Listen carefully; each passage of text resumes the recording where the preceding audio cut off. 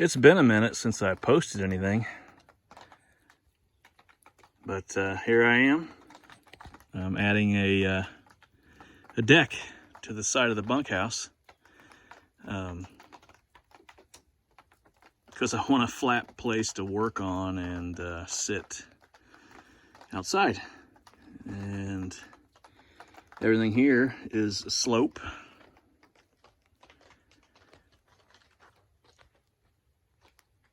Or a draw, or a rise, or a hill, or a ridge. But, so here we are.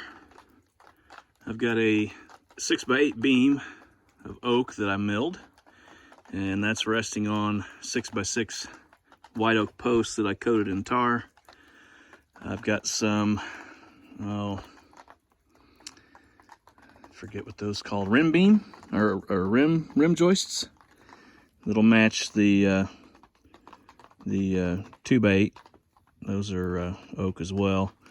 But for the guts of it, I'm just using treated lumber because it was fast and cheap. And the other reason is, as you can see, it's a little low to the ground for me. I like some airflow because I don't like things to rot, and I don't like bugs and all that kind of crap. But it was that with that 6x8 and that 2x10, those were almost touching the ground. So what I've done, I've excavated to get some airflow under there, and I have stapled a double ply of tarp. But before that, I by hand, I shoveled this out to essentially a drainage ditch from the bunkhouse to the edge, and then slope that down, and that will flow out. And overnight we had some snow come in, and I hurried to get this dug out and finished last night. I've only got like 2 hours of daylight to work around here, and now it's essentially a death trap. So I hope I don't break a hip or a knee or my ass. I'll probably fall at least once or twice, but I'd like to get all these joists in today and maybe get some decking down. That's what I'm doing. Just out here in wonderful weather. It is pretty out, and I'm glad the snow and rain stopped. I've got a fire going in the wood stove over there. Yes, it looks junky, but I got a bunch of stuff drug out to work, and it's not your average Instagram picture. That's what we'll call it. Not your average Instagram picture, but I'll do a little time lapse here. Might be entertaining. Who knows?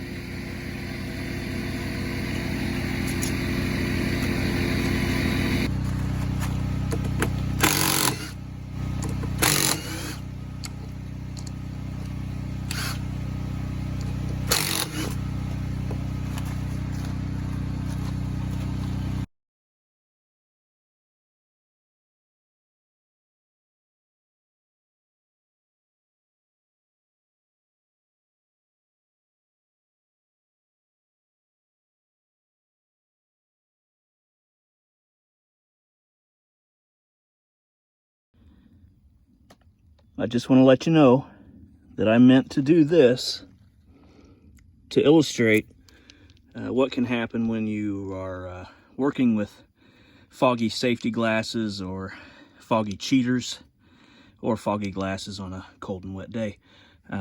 Yeah, sometimes you don't see very well that you're a little proud there by about, I don't know, 5/8 of an inch.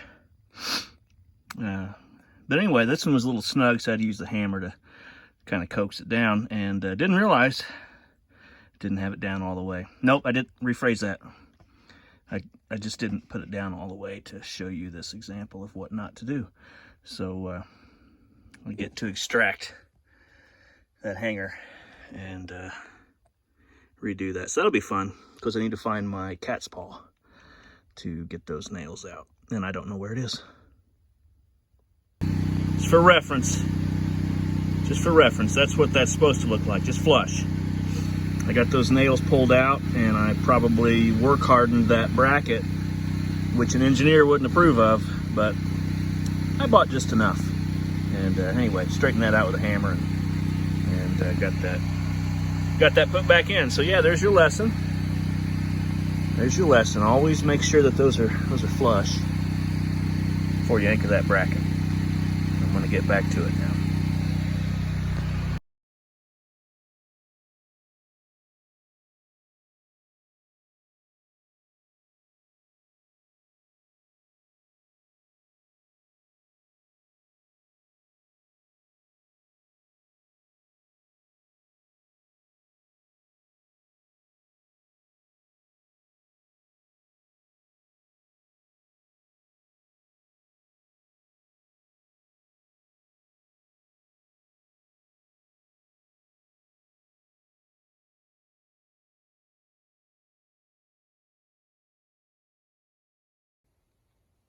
Well, hey, look at that.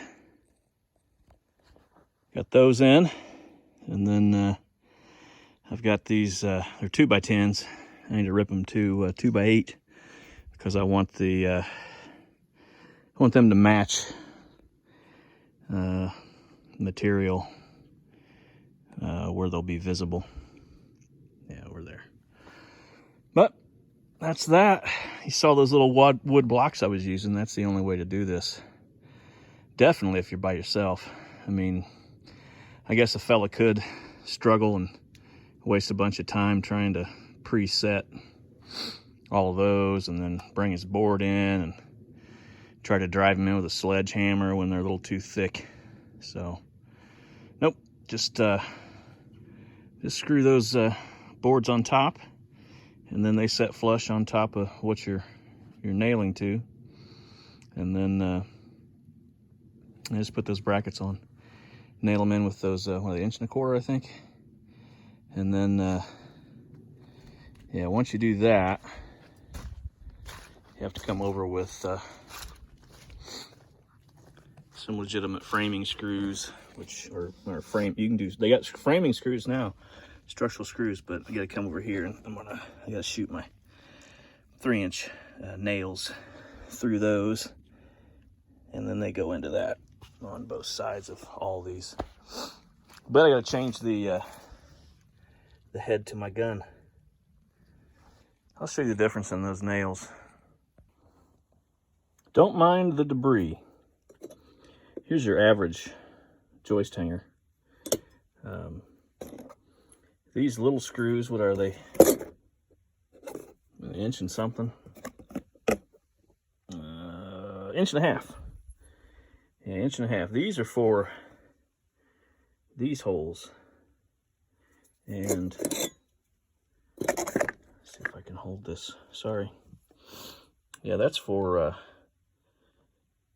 nailing the hanger plate, let's call that a plate, to the beam you're putting it on. And then these with the little protrusion, they get yeah, there we go. Those get a 3.25 framing screw shot through those diagonally, and they go through the, let me do this here. Yeah, they go this way. So they go through This accurately positions them the distance that it's supposed to be away from the end of the board, diagonally into the beam or ledger you're hanging them on. So I got to change the head of my gun. Yeah, wherever it is, somewhere.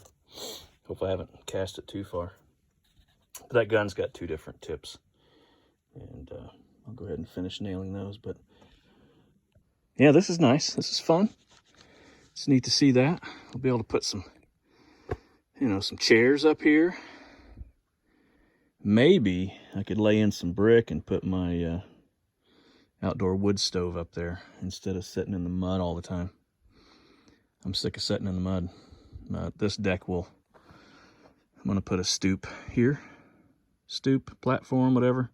Because that's not code, that's kind of deadly, and that's just temporary for like 2 years. But I'll do like a 3x3 platform with a couple steps down onto this elevation. I'll probably come out, I don't know, 8 feet from the front of the bunkhouse and tie all this together. And then it'll be much more enjoyable to sit around here. Kind of hard to see it, but it just sucks sitting on a slope all the time. Yeah, move this furniture and maybe the outdoor hobo wood stove, move it up here so people can sit around it and get warm and not get muddy. That's the plan.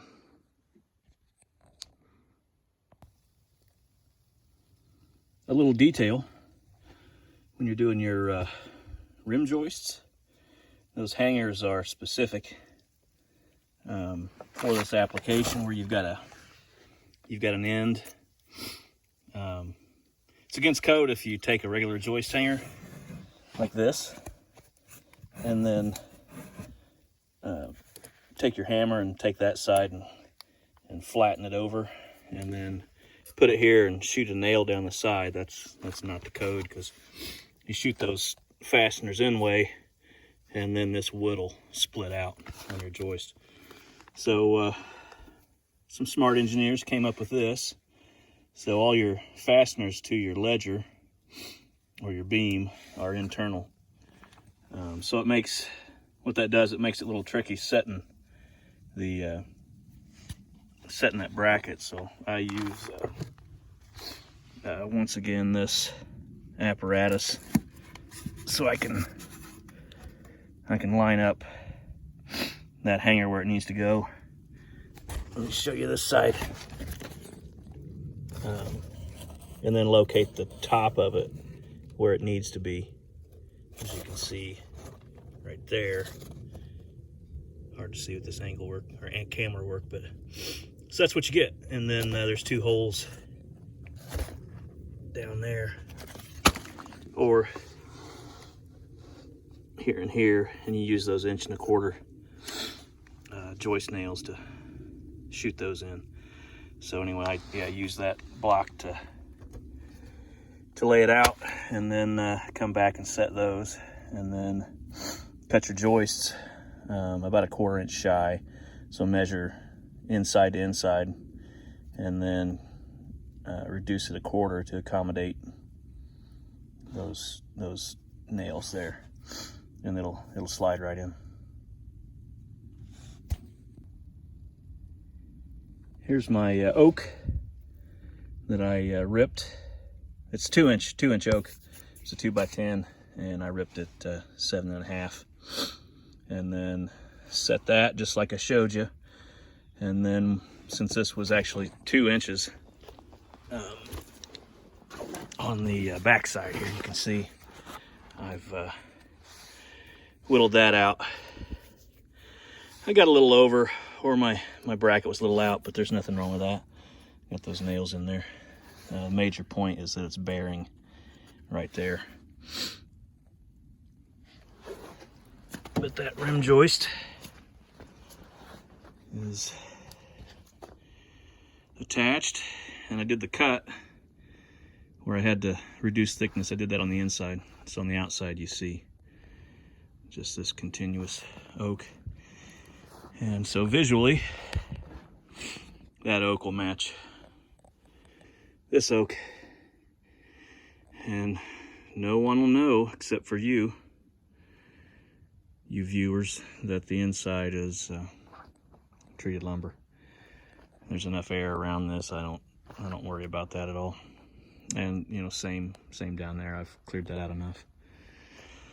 And they're on the ends, so it's actually a pretty piece of wood. Quarter sawn action. Be better for, it's got a bunch of sawdust on it, but as you can see, the medullary rays there, I mean, that's sexy for a deck. You're not going to find that at Menards. You'll find, you know, stuff like this at Menards where you've got, you know, 2 knots opposing top and bottom. I probably shouldn't have put that in there, but hey, you know, how much of a pile do you want to dig through? I didn't do half bad, but that one snuck in. Stairs go over here, so I think I'll be fine. I'm not parking a car up here, although I think I could. That's coming along. I got one more to set, and then I've got to go through and sink those 3-inch nails in there. I'm going to leave this a little proud. I could cut that off, but I'm going to leave it for now until I figure out how I'm attaching, you know, the deck that'll be here. And yeah, handrail post. That's a good point for attaching something like that.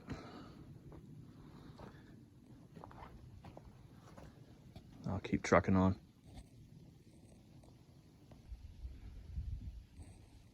Well, I think this is it for the weekend. I got my oak pieces in, and had a nail gun malfunction, started getting some double feeds, so I'm gonna take that apart in a warmer environment and see what's going on there. I was hoping to get all the bridging done today and finish putting in the 3-inch nails, but that's not gonna happen, and I'm cold, wet, and tired. But it's been neat using oak from my sawmill. So the whole perimeter's red oak, and the posts are white oak, and a little bit of Menards thrown in the middle. I think that's working out nice. I think it'll be a nice little area. I'm also gonna put a post in back here and one across the back, and then I'm gonna put some stringers up and then do same kind of roof, metal roofing vertically around there. That's a little storage area and place to take a shower in the summer. But anyway, I want to make that look nicer. I'm tired of it looking, I don't like things looking crappy, and it always looks crappy to me out here. So anyway, thanks for watching.